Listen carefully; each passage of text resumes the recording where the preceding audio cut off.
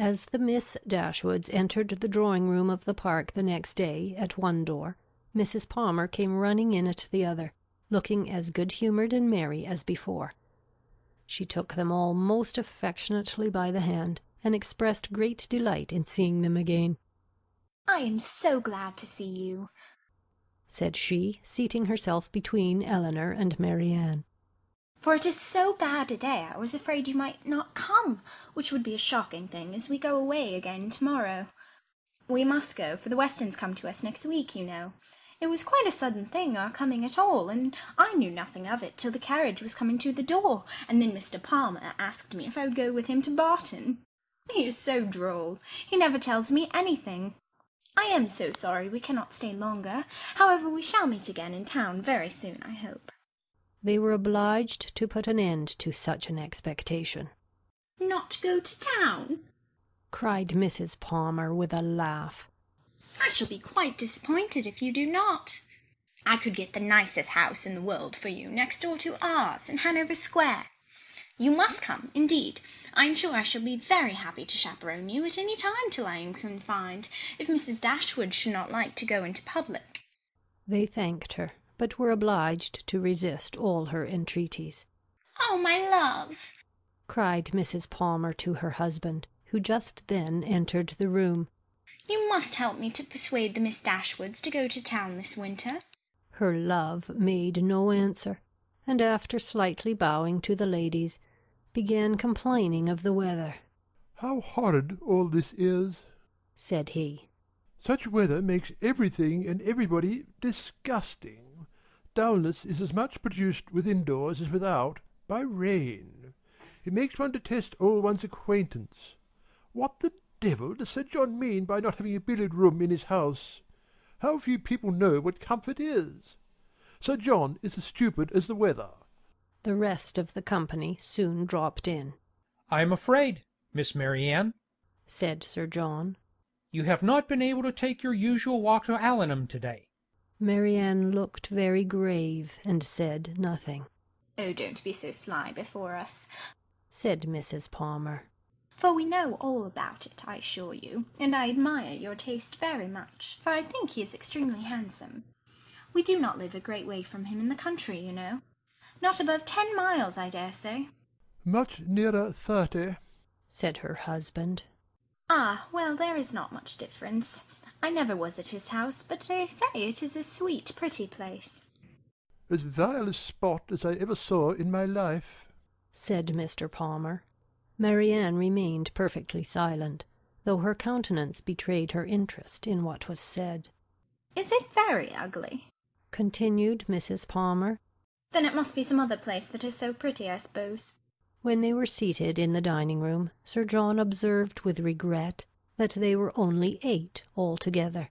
"My dear," said he to his lady, "it is very provoking that we should be so few. Why did not you ask the Gilberts to come to us to-day?" "Did I not tell you, Sir John, when you spoke to me about it before, that it could not be done? They dined with us last."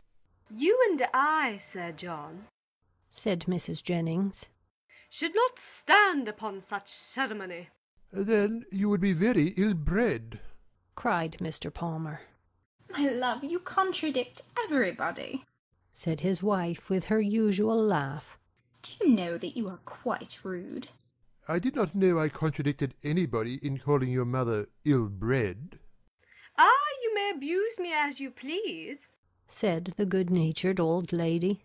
"You have taken Charlotte off my hands, and cannot give her back again, so there I have the whip hand of you." Charlotte laughed heartily to think that her husband could not get rid of her, and exultingly said she did not care how cross he was to her, as they must live together. It was impossible for anyone to be more thoroughly good-natured, or more determined to be happy than Mrs. Palmer. The studied indifference, insolence, and discontent of her husband gave her no pain, and when he scolded or abused her, she was highly diverted. "Mr. Palmer is so droll," said she, in a whisper to Eleanor. "He is always out of humour." Eleanor was not inclined, after a little observation, to give him credit for being so genuinely and unaffectedly ill-natured or ill-bred as he wished to appear. His temper might perhaps be a little soured by finding, like many others of his sex, that through some unaccountable bias in favour of beauty, he was the husband of a very silly woman. But she knew that this kind of blunder was too common for any sensible man to be lastingly hurt by it. It was rather a wish of distinction, she believed, which produced his contemptuous treatment of everybody, and his general abuse of everything before him. It was the desire of appearing superior to other people. The motive was too common to be wondered at, but the means, however they might succeed by establishing his superiority in ill-breeding, were not likely to attach anyone to him, except his wife. "Oh, my dear Miss Dashwood," said Mrs. Palmer soon afterwards, "I've got such a favour to ask of you and your sister. Will you come and spend some time at Cleveland this Christmas? Now pray do, and come while the Westons are with us. You cannot think how happy I shall be. It will be quite delightful. My love," applying to her husband, "don't you long to have the Miss Dashwoods come to Cleveland?" Certainly. he replied with a sneer. I came into Devonshire with no other view. "There now," said his lady. "you see, Mr. Palmer expects you, so you cannot refuse to come." They both eagerly and resolutely declined her invitation. "But indeed you must and shall come. I am sure you will like it of all things. The Westons will be with us, and it will be quite delightful. You cannot think what a sweet place Cleveland is, and we are so gay now, for Mr. Palmer is always going about the country canvassing against the election, and so many people come to dine with us that I never saw before. It is quite charming. But poor fellow, it is very fatiguing to him, for he is forced to make everybody like him." Eleanor could hardly keep her countenance as she assented to the hardship of such an obligation. "How charming it will be," said Charlotte, "when he is in Parliament, won't it? How I shall laugh! It will be so ridiculous to see all his letters directed to him with an MP. But do you know, he says he will never frank for me. He declares he won't. Don't you, Mr. Palmer?" Mr. Palmer took no notice of her. "He cannot bear writing, you know," she continued. "He says it is quite shocking." No, said he. I never said anything so irrational. Don't palm all your abuses of languages upon me. There now, you see how droll he is. This is always the way with him. Sometimes he won't speak to me for half a day together, and then he comes out with something so droll, all about anything in the world. She surprised Eleanor very much as they returned into the drawing-room by asking her whether she did not like Mr. Palmer excessively. "Certainly," said Eleanor. "he seems very agreeable." "Well, I am so glad you do. I thought you would, he is so pleasant, and Mr. Palmer is excessively pleased with you and your sisters, I can tell you, and you can't think how disappointed he will be if you don't come to Cleveland. I can't imagine why you should object to it." Eleanor was again obliged to decline her invitation, and by changing the subject, put a stop to her entreaties. She thought it probable that as they lived in the same county, Mrs. Palmer might be able to give some more particular account of Willoughby's general character than could be gathered from the Middletons' partial acquaintance with him, and she was eager to gain from any one such a confirmation of his merits as might remove the possibility of fear from Marianne. She began by inquiring if they saw much of Mr. Willoughby at Cleveland, and whether they were intimately acquainted with him. "Oh dear, yes, I know him extremely well," replied Mrs. Palmer. "Not that I ever spoke to him, indeed, but I have seen him for ever in town. Somehow or other I never happened to be staying in Barton while he was at Allenham. Mamma saw him here once before, but I was with my uncle at Weymouth. However, I dare say we should have seen a great deal of him in Somersetshire, if it had not happened very unluckily that we should never have been in the country together. He is very little at Combe, I believe, but if you were ever so much there, I do not think Mr. Palmer would visit him, for he is in the opposition, you know, and besides it is such a way off. I know why you inquire about him. Very well. Your sister is to marry him. I am monstrous glad of it, for then I shall have her for a neighbour, you know. Upon my word, replied Eleanor. you know much more of the matter than I do, if you have any reason to expect such a match. Don't pretend to deny it, because you know it is what everybody talks of. I assure you, I heard of it in my way through town. My dear Mrs. Palmer! Upon my honour, I did.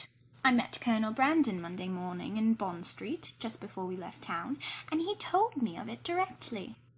You surprise me very much. Colonel Brandon tell you of it? Surely you must be mistaken. To give such intelligence to a person who could not be interested in it, even if it were true, is not what I should expect Colonel Brandon to do.